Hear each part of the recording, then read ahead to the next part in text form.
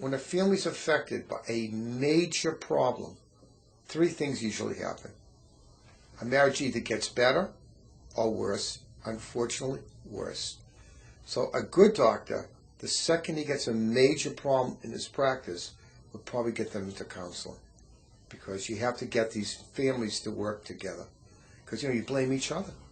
It's just a human nature.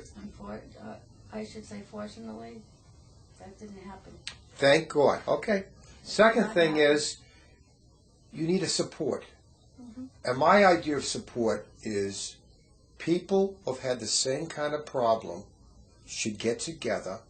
Some who went through the process, some are going to go through the process, and some think they're going to go through the process.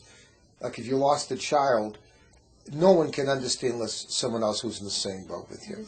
So with internet and from different areas you can communicate by messaging and blogs and whatnot, we changed a little bit of the world. It got a little bit smaller. And anybody in the world with the same kind of problem as you went through can communicate. So that's a very important point. And the last thing, if a tragedy or near tragedy comes, I think people who've gone through it should try to find a way to have support. Now, support's in many ways. What we just mentioned, just communicating, is a great support. Should make awareness to prevent the next kid not to go through it. If we can find a way so a kid comes out at 28 weeks, if we can find a way to keep these kids in to 32 weeks, the difference between a 28-weeker and a 26-weeker to 32, it's night and day. It's night and day. Okay. And a 32-weeker to a 36-weeker, unbelievable. So we have to focus on if we could do something so we have less of this problem. And the last thing is, which bothers me the most, we have a failed healthcare system. It has failed so many people. First of all, if you have the best insurance or the worst insurance, it shouldn't make a damn difference to take care of a child. Just take care. But sometimes insurances say, oh, this is not accepted. Or, as you went through, maybe it should be covered. They ain't going to cover this kind of therapy we talked about before. Or you might have one neurosurgeon that takes the insurance, but the best one is in a different system. Why are there barriers? And is it always based in dollars? We're wasting so much money in the overpriced pharmaceutical industry that maybe cut back a little bit, maybe with some generic writing, and leave a little money for taking care of kids with major problems. Well, put it this way.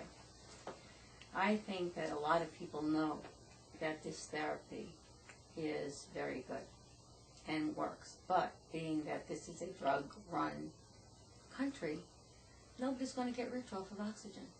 We know that. So? Well, the first step is, if there is merit, there is. Okay. I'm not saying there isn't in it. The first thing that should be done, if it can help some kids, we should get a reputable institution with researchers to do some studies, evidence-based. Not, I think the kid's eye moves more, but really some good structure to it, and let the marbles fall where they should be. And if it turns out to be good, then at that point, we offer the service. But sometimes we may not find that. Look, there's a lot of unconventional therapy in this country. Some of it's very bad. Some of it is so terrible. Someone came up with something for joint pain. A couple of was accepted, chondroitin and whatnot. And lo and behold, people have a little joint pain. Took something that was a considered alternate medicine, became regular medicine.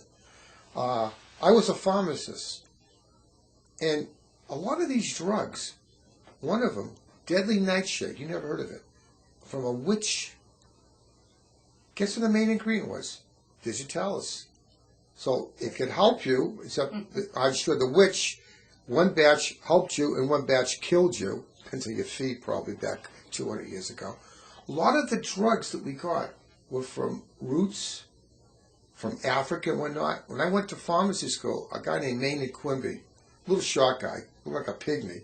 He used to go to Africa every summer and come back with different things, analyze it. And every once they find something that had some benefit. and they'll find an alkaloid or something, and before the drug companies would hop on it and they would come up with something.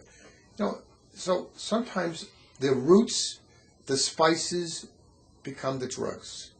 Some of the drugs, maybe they were found from computer analysis and changing a little molecule in it, but they started initially as an alkaloid, an extract. The problem is standardization. Because if you buy something that's grown up from a tree's root, the next batch might have 20%, and the next batch might have 35%. So there's got to be some standardization if there's something unusual. But what bothers me is we shouldn't put everything down, because there's always a chance there could be some therapy given a chance that could help some kid have a better quality of life. Is that true? That's the whole situation. And you're not saying this is going to cure cancer and diabetes. What you're saying, given on the right hands, is this correct? You could help the kid function a little better. That's it. We want it measured. We want to prove it. Because why shouldn't you take a kid that has a major brain abnormality and improve the life even by 3 or 5%? I can't see anything wrong with that. Can you? No, and what's more, why can't it be 10 and 20% or 50%? Well, whatever the figures will lay. Right. And also, if I had a kid that was severely affected, we talked about autism in some of the videos I did. Some of the therapies are like off the wall, But if I had a kid that gave me virtually no hope, I would be looking. I'd probably go to a witch doctor if he could help me. I've done that. Okay. Well, we understand. I can't find a person I could find shame to that's trying to help the kid. I only find shame when you don't try.